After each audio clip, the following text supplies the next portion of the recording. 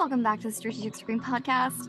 Not really sure if this is fucked up to say or not. I didn't really think about it being kind of like potentially wrong until just now, but it's too late. We're already rolling.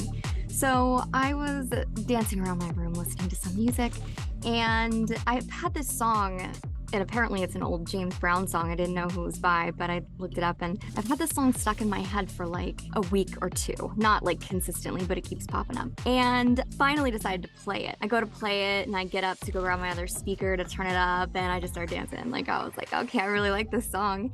And as soon as it ended, another old school song came on that, well, I didn't know it wasn't a Michael Bublé original, but Michael Bublé remade a couple of these next songs later. And those ones immediately reminded me of my ex, which, you know, kind of sucked because I really like Michael Bublé. And then Ain't No Sunshine When She's Gone comes on. A guy named Jim had sang that to me a really long time ago, and it was so potent and clear in my mind. Every single one of these songs that came on, a very clear memory of a time that I heard either that exact song or one like it.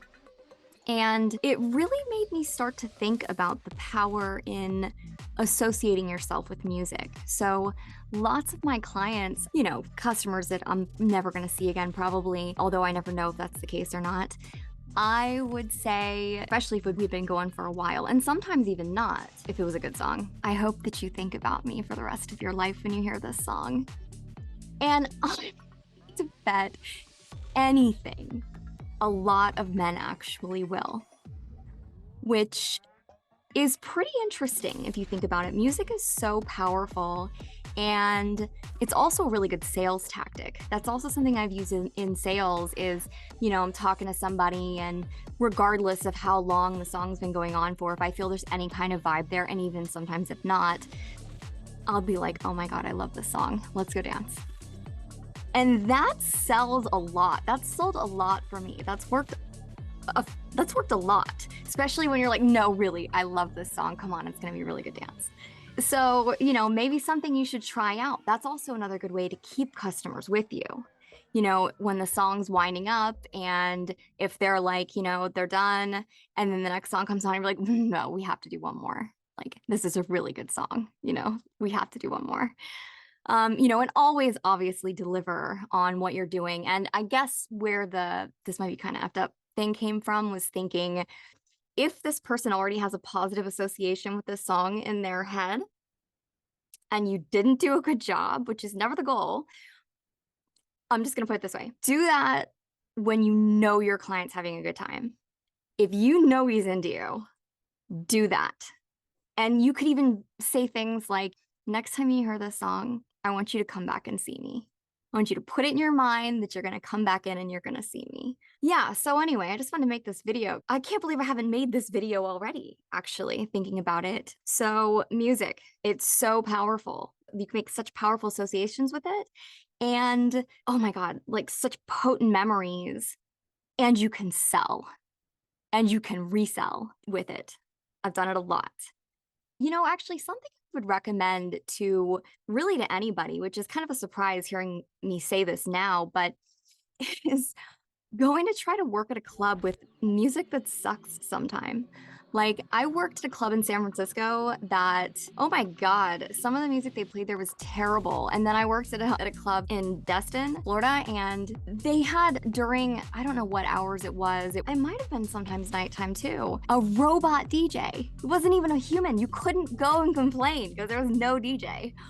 But it played music, like, and he even talked, right? But you couldn't go complain to it. So you just had to learn to just go with whatever, which is not, especially at first, clearly it's not that fun, right?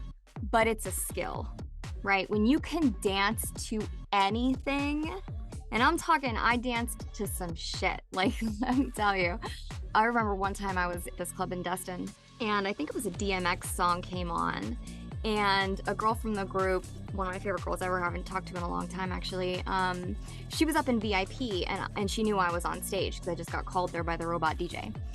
And a DMX song came on, I think it was DMX, And she said to her customer, she was like, I have got to see how she's dancing to this because she was like, how in the world could she move to this song? She said she popped up to look over and she was like, wow, she's doing really good. You know, I've been in the game forever. It's not, I'm actually surprised she was even surprised, but learn to move with the music, no matter what it is.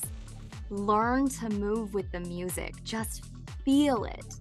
Step inside your body and in the music, and don't be worried about being self-conscious. Like, just don't go there in your head. Just be like, I'm gonna have fun.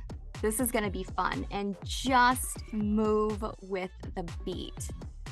It can end up being really fun. I love to dance. You know, typically I'd rather dance like by myself. Anyway, I wanted to make this video because I thought it was interesting, and I felt like you should hear it. I hope that you're doing well. I hope that you are having a happy new year, and I'll talk to you soon. Ciao.